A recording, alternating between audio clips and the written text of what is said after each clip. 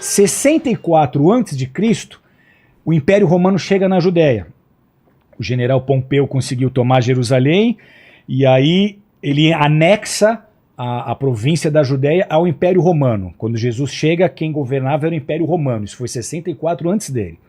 Quando chega em 70 depois de Cristo, alguns anos pós-crucificação de Jesus, os romanos moveram uma guerra cruel e sangrenta contra os judeus, na qual eles destruíram o templo. O segundo templo. Ele é totalmente destruído nessa revolta de 70 depois de Cristo.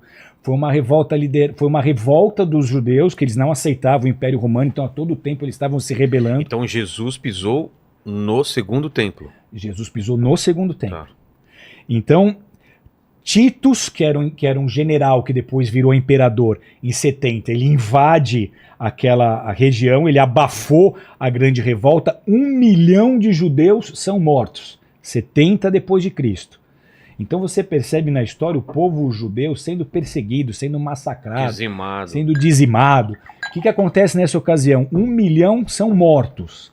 Muitos sobreviventes se tornam escravos. Tinha tanto escravo judeu nessa época que o preço do escravo judeu se tornou mais barato que o preço de um cavalo. Eles foram enviados para construir o Coliseu, para trabalhar como escravos na construção do Coliseu, onde depois eles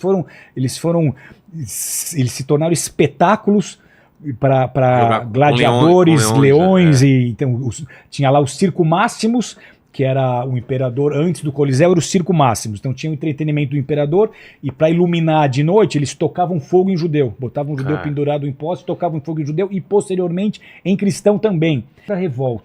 A revolta do Bar Coquebas. Bar Coquebas era um líder chamado, na verdade, Bar Coziba, e um rabino disse que ele era o Messias. Não, esse cara é o Messias que vai livrar a gente do Império Romano, e aí o nome dele muda para Bar Coqueba, que é filho da estrela.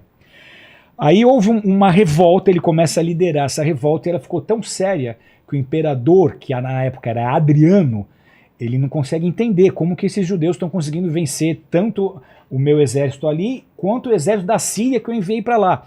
Então nem com a ajuda do exército romano na Síria, a revolta conseguiu ser abafada. E qual que era o motivo da revolta? O imperador Adriano, nessa época, 130, 131, tinha passeado pela região e tinha divulgado para os judeus que ele estaria trazendo o helenismo, a cultura grega, como um presente cultural aos judeus. E que ele transformaria Jerusalém numa cidade helenista e que ele construiria no lugar onde estava construído o Templo de Salomão, um templo dedicado a Júpiter.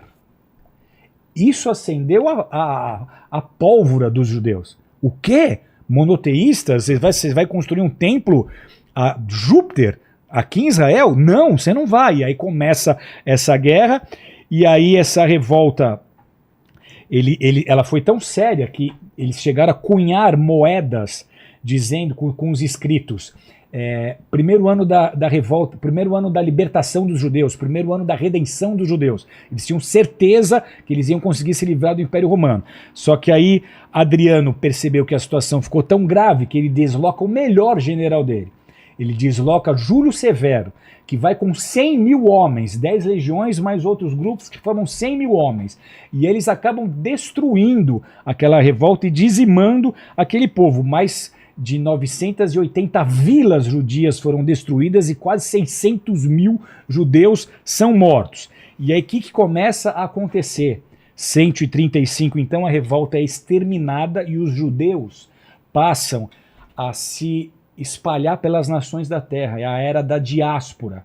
Os judeus já não... Alguns ainda ficam ali na região, mas a grande maioria tem que sair dali. Eles começam a emigrar para outras nações, para outros continentes, para outros povos. Dias Cássio, que é um historiador que escreveu a história de Roma em 80 volumes, ele fala que depois dessa guerra de 70, Jerusalém ali e Israel virou quase que um deserto. Então muito pouca gente ficou por ali. E aí o que o imperador Adriano faz? Ele constrói a Aelia Capitolia. Ele constrói realmente a cidade dedicada a Júpiter. Aelia era um sobrenome dele, e Capitolia porque seria um templo dedicado a Júpiter ali. E como consequência disso, os judeus ficaram proibidos de entrar na cidade. ele também proibiu a circuncisão, ele também proibiu a ordenação de novos rabinos, ele também proibiu o ensino da Torá. Então ficou impraticável para os judeus continuarem nessa região. E aí por vários séculos os judeus começam a ser espalhados pelos 5 continentes do mundo. E então, Vilela, desde esse período, os judeus têm sido perseguidos, têm sido rejeitados, têm sido odiados, têm sido assassinados. O saldo de 70 depois de Cristo até agora, o século 20, é de 13 milhões de judeus mortos. E aí o que acontece naquela área, naquela região? Os judeus foram embora. De quem que é a terra? Estamos nesse tema aqui ainda. De quem que é a terra?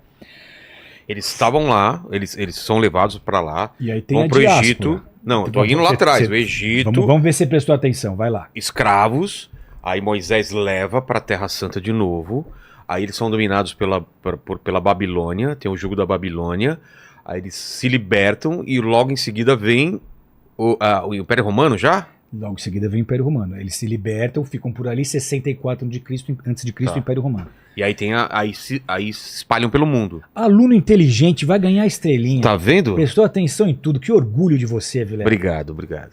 Você daria um excelente pastor. Eu cheguei a pensar na possibilidade. Mas sei. aí não teria esse podcast, né, Leni? Ia ser uma igrejinha, né? Exato. Como seria a igreja? Igreja limitada? Igreja maluca de tudo. Exato. O que acontece aí, Vilela? Espalha para todo quanto é canto. E o que acontece com a terra? A terra tá lá, virou um deserto, mas ela tá lá. Só no início, alguns judeus que ficaram por ali. Um remanescente ínfimo. Alguns árabes, na verdade alguns não, muitos árabes, depois da morte de Maomé, em 638 depois de Cristo, eles conquistam Jerusalém. Então eles estabelecem ali o domínio do islamismo. Constrói o Domo da Rocha. Só 4 séculos posteriormente... Quando foi isso? Isso foi 638. Depois de Cristo. Depois de Cristo. Maomé morreu em 622, o Islã toma Jerusalém em 638. E por que Jerusalém? Era uma terra santa? O que eles... Eu não tenho certeza, mas eu já estudei que dali Maomé teria ascendido aos céus de Jerusalém.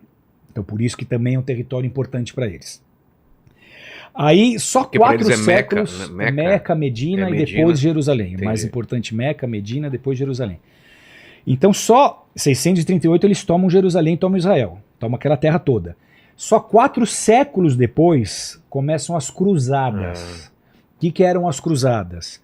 Eram investidas religiosas militares, expedições religiosas militares que tinham como único objetivo, entre 1906 e 1291, resgatar a Terra Santa, que estava sob domínio islâmico, para trazê-la para os cristãos.